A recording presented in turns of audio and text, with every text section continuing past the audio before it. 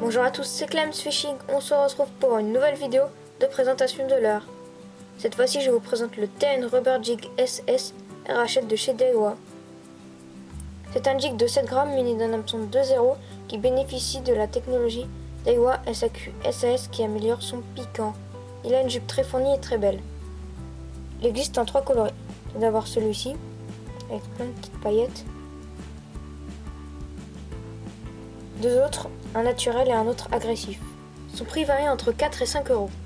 Au niveau des poissons recherchés, il est efficace sur tous les carnassiers, black bass, perche, brochet et cendre. La pêche jig est plutôt une pêche à gratter, donc je vous conseille une animation lente avec de petites tirées sur le fond. Et des pauses, car c'est à ce moment que la jupe de votre jig va se déployer et peut déclencher des attaques. Je vous recommande d'armer votre jig d'un trailer. Un trailer est un leurre souple que vous allez associer sur l'hameçon du jig pour lui donner encore plus de volume et proposer une plus grosse bouchée au poisson. Donc en l'occurrence, j'ai mis un G-Worm de chez Reims qui est un petit leurre souple finesse à queue plate striée qui ondule dans l'eau. Comme trailer, vous pouvez très bien utiliser des shads quand vous voulez un peu de mouvement. Si vous voulez rester chez Daiwa, il y a les Dogfin Shad, très bon leurre, avec une caudale en forme de patte de canard qui brasse beaucoup d'eau.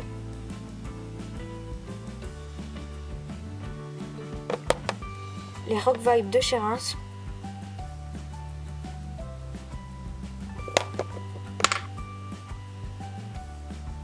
En différents coloris. Les Squelettons de chez Delalande.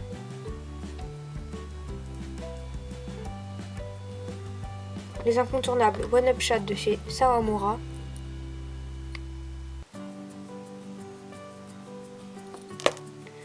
Les Vibrofades de chez Crazy Fish. Les Slit Shad de chez Sakura, qui marchent très bien également. Vous pouvez utiliser des leurres de type finesse, comme les Crazy Fish Polaris,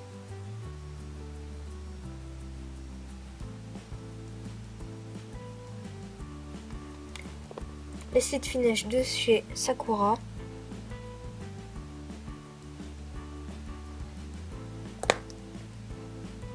les petits leurres finesse de chez Genki,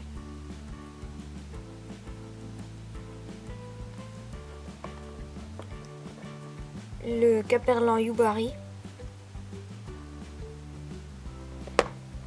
puis d'autres leurres comme ça.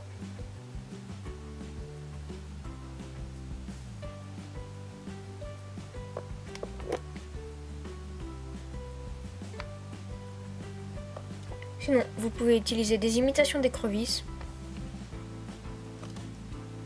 comme ceci, plus par des micro-jigs celui-là.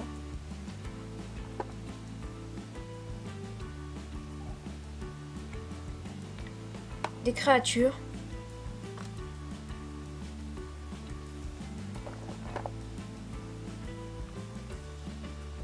Voilà.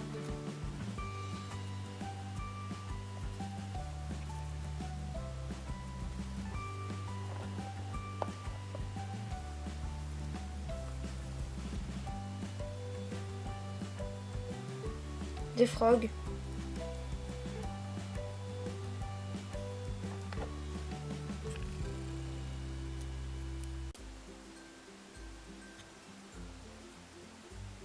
N'oubliez pas d'adapter la taille du trailer à la taille de l'hameçon, de sorte à ce que l'hameçon soit assez dégagé pour ne pas louper de touche.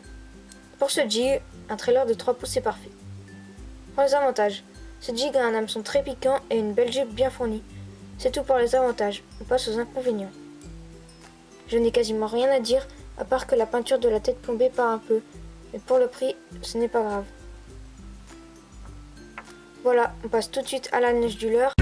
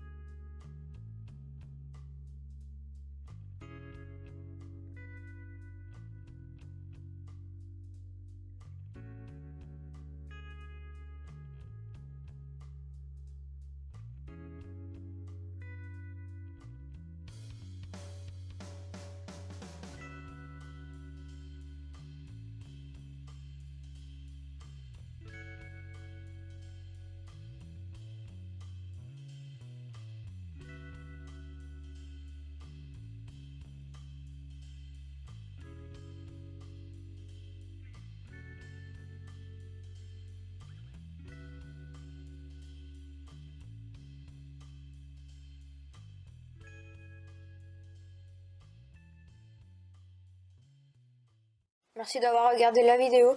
On se retrouve vendredi prochain pour une nouvelle présentation de l'heure. N'oubliez pas de vous abonner et de partager. À bientôt.